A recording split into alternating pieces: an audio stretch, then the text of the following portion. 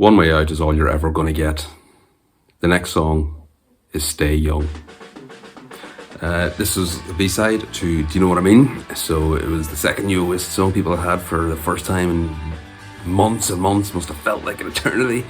And it's just a bouncy, very catchy song in the same sort of mould as Round Our Way, which was another sort of B-side to a sort of big single.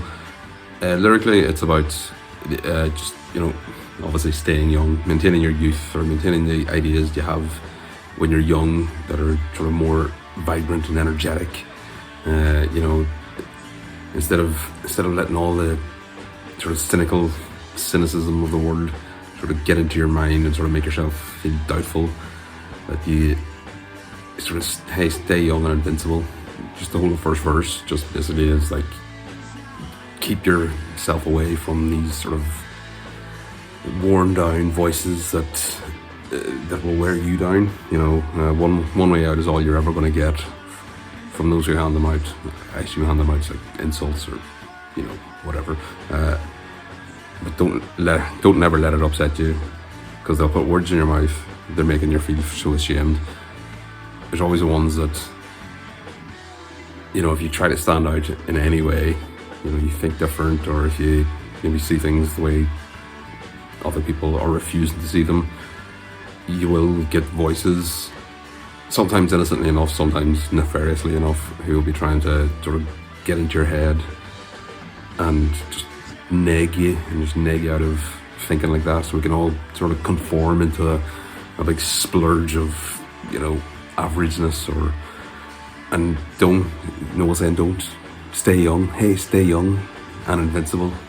As long as you have that mindset of somebody like Cole Palmer, or Noel describes it in his younger days, just the first couple of albums when he just went in the studio and did the most ridiculously brass ball things that he would just insist on. Well, I'm going to put I need another song for the album, or need another B-side. I'm just going to record in the corner, and we're going to get a 4-piece orchestra in. Why would you do that? Why would you doubt doing that? Maybe the better way to ask that. And when you're young, you just went ahead and you asked because you were, you didn't know any better. But 25 years on, he would say that he'd be a lot more apprehensive about even broaching subjects like that. Whereas back in the day, he would just, no, I want to put a master plan on the B-side, and I want a 4-piece orchestra. I want a big string section. Have it happen. It's coming in on the sort of mid-range of the ratings lists or the rankings lists.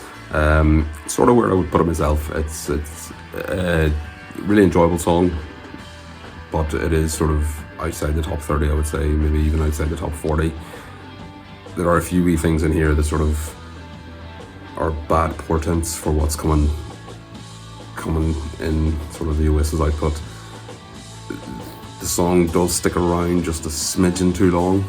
I mean, he throws in another guitar solo that maybe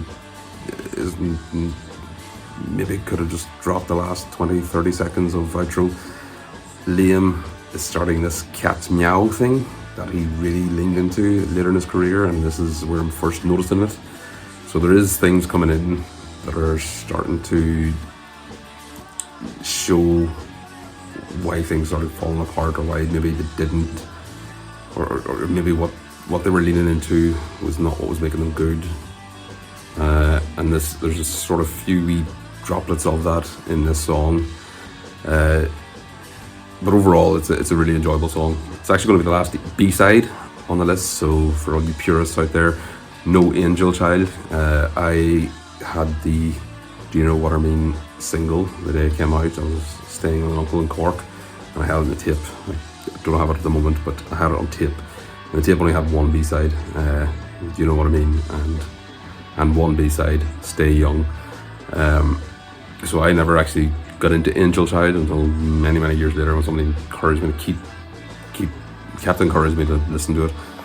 And having done so eventually, and having even gone back to it again, I'm not that wild impressed by it, if I'm entirely honest. There were B-sides later on, from singles later on to come, that were in contention for the top 50. They didn't make the cut. I had it down to a long list of about 70 odd songs that were better than Roll With It. This is the last B-side that we'll be hearing. All the rest from now here on will be album tracks, and many of them will be singles, not lead singles. Singles.